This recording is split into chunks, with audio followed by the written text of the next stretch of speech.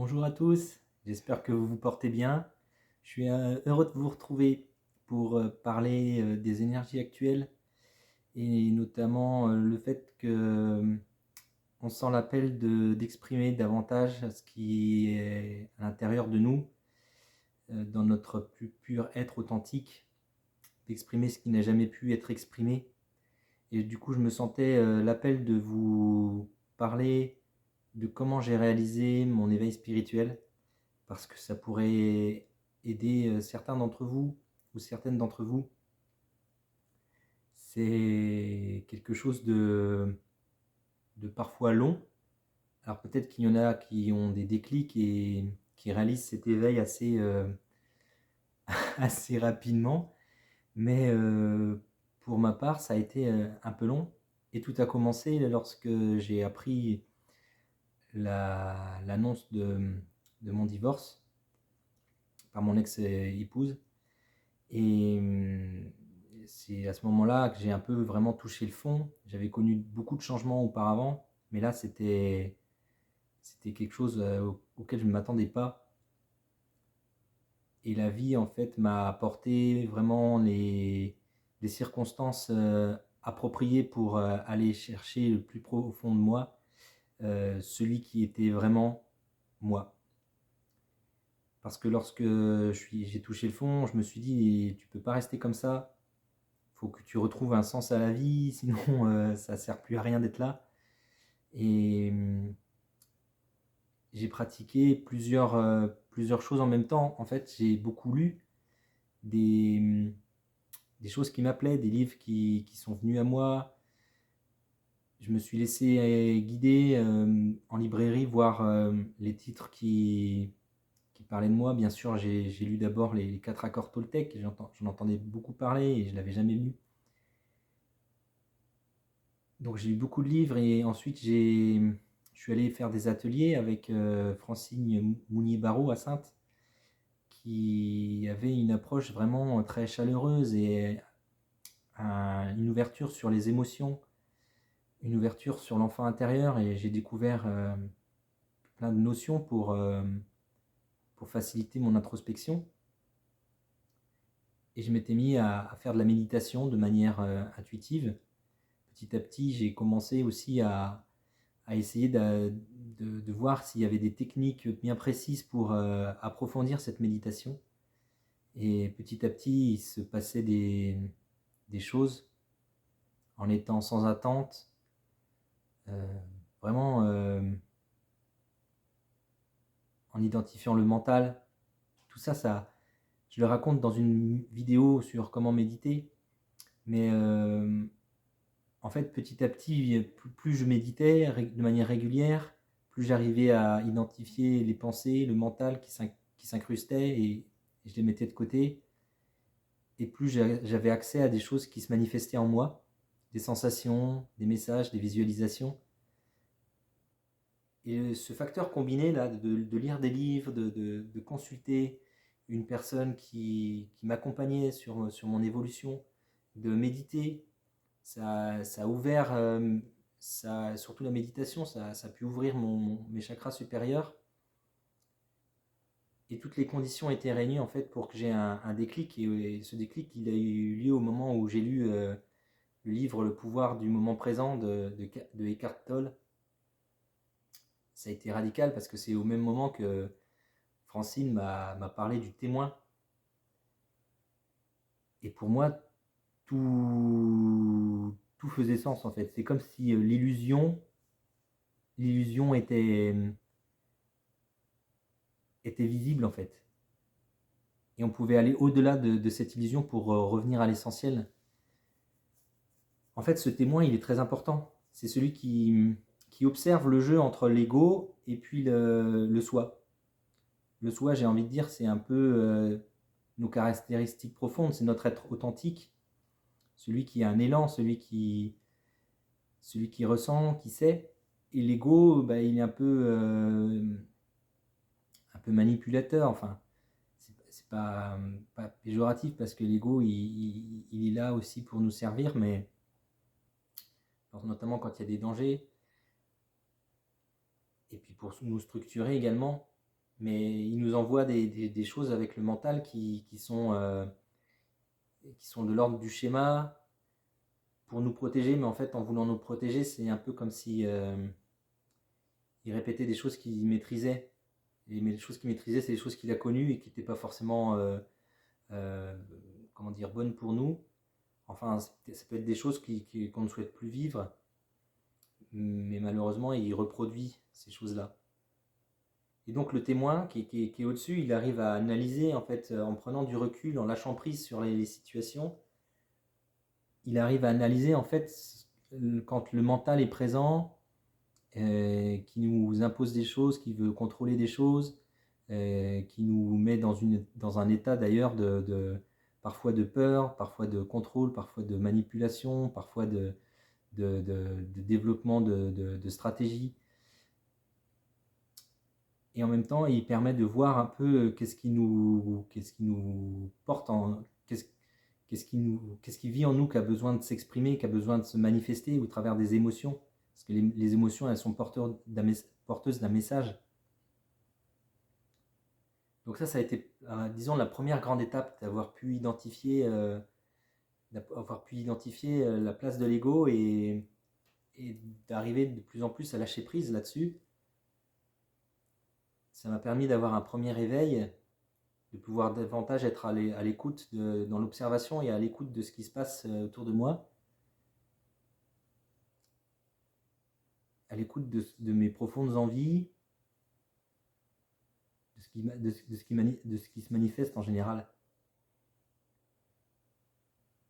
Et à force, du coup, j'ai l'impression d'avoir réalisé de plus en plus un équilibre de ma polarité féminine et ma polarité masculine à l'intérieur de moi. J'ai développé davantage cette polarité féminine qui est à l'écoute des émotions, dans la réflexion, dans le ralentissement, oui, dans la pause, à l'écoute du moment présent, dans l'imagination, la visualisation, les ressentis. Et à force de méditer, ça a vraiment développé cette polarité féminine en se rapprochant du cœur également. Et au bout d'un moment, il s'est passé un truc de fou. C'est qu'en pleine nuit, j'ai senti une grande vague de chaleur qui montait en moi. C'était tellement fort que je me voyais, enfin je me sentais en fait me détacher de mon corps. J'étais allongé sur le ventre, mais c'est comme si je me détachais petit à petit, je commençais à flotter au-dessus de mon corps. Et c'était une énergie qui remontait en moi autour de ma colonne vertébrale. Et j'ai pas compris ce qui se passait, mais du coup j'étais vraiment dans l'accueil de cette sensation. Ça a duré, mais ça a duré, je sais pas en fait combien de temps ça a duré. Si ça se trouve, ça a duré 5 minutes, mais pour moi, ça a été hyper long. Et c'était une sorte d'extase totale.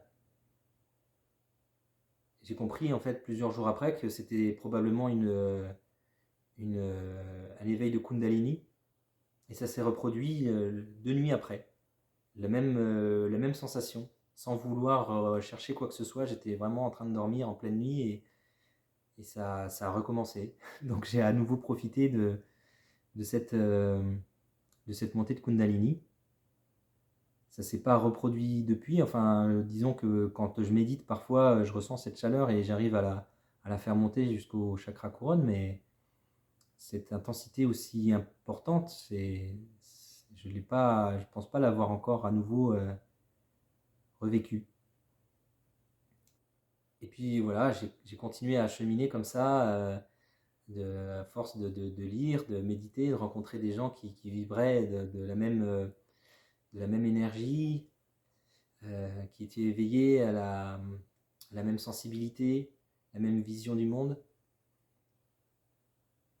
Et là aussi, ça contribue à l'épanouissement et à l'expansion de sa conscience, jusqu'à ce qu'on traverse à chaque fois des moments un peu compliqués, où on ressent des douleurs, Et c'est pas un éveil spirituel, c'est pas un chemin qui est confortable. C'est un chemin qui est passionnant à vivre parce qu'il y a des surprises et on voit des avancées à chaque fois et c'est vraiment magnifique. Et il y a des moments qui sont quand même un peu plus douloureux où on doit libérer des choses de vie antérieure, où on doit nettoyer des blessures de notre propre vie, où on doit arriver à lâcher prise, où on doit arriver à contacter notre foi, notre amour inconditionnel, arriver à trouver le chemin de notre joie intérieure. Et c'est ça qui petit à petit nous permet de rencontrer aussi d'autres personnes. Et du coup, il y a des phases où on ne sait plus où on en est, quoi. On sait qu'on a un chemin à parcourir et on sait vers quoi on veut aller, mais on ne sait pas comment s'y prendre. Et c'est ce qui se manifestait de plus en plus ces derniers mois. De me sentir bloqué, de me sentir stagné, d'avoir atteint un palier d'éveil spirituel, mais de ne pas arriver au-delà. Et j'ai passé un week-end chez des amis avec une cérémonie de méditation profonde et de soins énergétiques. J'ai eu des visualisations, il y a des choses qui se sont intégrées en moi, des compréhensions. Je pense que les soins ont fait partir des choses qui me bloquaient. Et le dimanche, tout ça s'est décanté un peu. On était dans le partage, il y avait une super harmonie entre toutes les personnes qui étaient là. C'est magnifique à vivre et de pouvoir être en connexion d'âme à âme, de cœur à cœur, c'est magnifique. Et le lundi matin, en retour chez moi, je sentais une chaleur qui montait. C'est une chaleur que je ressentais depuis quelques semaines et le matin, et je me disais, bah, en fait, c'est mon corps qui sait que je dois me lever, que la journée commence et voilà, je dois entamer ma journée, euh, préparer les enfants pour aller à l'école. Enfin voilà, si tu te lèves maintenant, tu auras du temps, tu pourras aller faire les choses calmement. Et cette chaleur-là, je l'écoutais pas trop parce que les jours sont fatigants et le matin, on a envie parfois de pouvoir profiter quelques minutes de plus de notre lit. De notre lit, ouais. Et ce matin-là, en fait, c'était quand même assez tôt. Et je me suis dit, en fait, c'est là que après ce week-end où des choses sont parties, j'ai pris conscience que si ça m'arrivait, cette chaleur, c'est peut-être un message, un signe que je dois me lever, mais je dois me lever pour quelque chose de précis. Pas commencer la journée, c'est pas quelque chose de si ouvert, de si large, mais qui a bien un truc précis à faire ou à comprendre.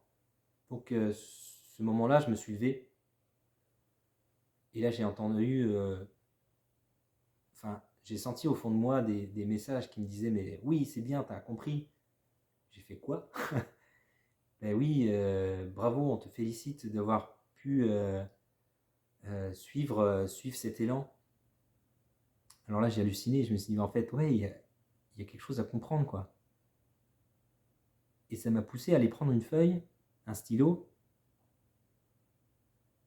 et là, j'ai noté ce qui venait, les messages que je ressentais, les messages que je percevais, et en fait, ça me disait en fait la manière dont se passe la canalisation. Et c'est là que j'ai compris en fait que c'était ça la canalisation, que j'étais en train de canaliser. Et ça a été magnifique.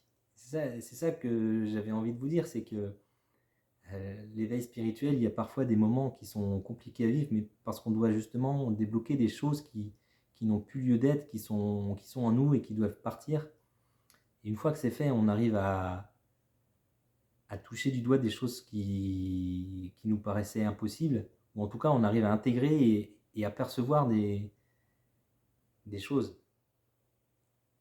Et là c'était là, enfin c'est magnifique et donc du coup maintenant j'ai envie de vous faire partager ce qui va se manifester en moi, ce que je vais pouvoir percevoir comme message. Il y a déjà des messages importants qui sont venus. Si vous allez voir sur ma page Simon Lévesque, Les Voix du changement sur Facebook. Et voilà, et ça me permet aussi de pouvoir approfondir mon livre, parce que je suis en train d'écrire un livre justement sur toutes les phases que j'ai traversées, les compréhensions que j'ai pu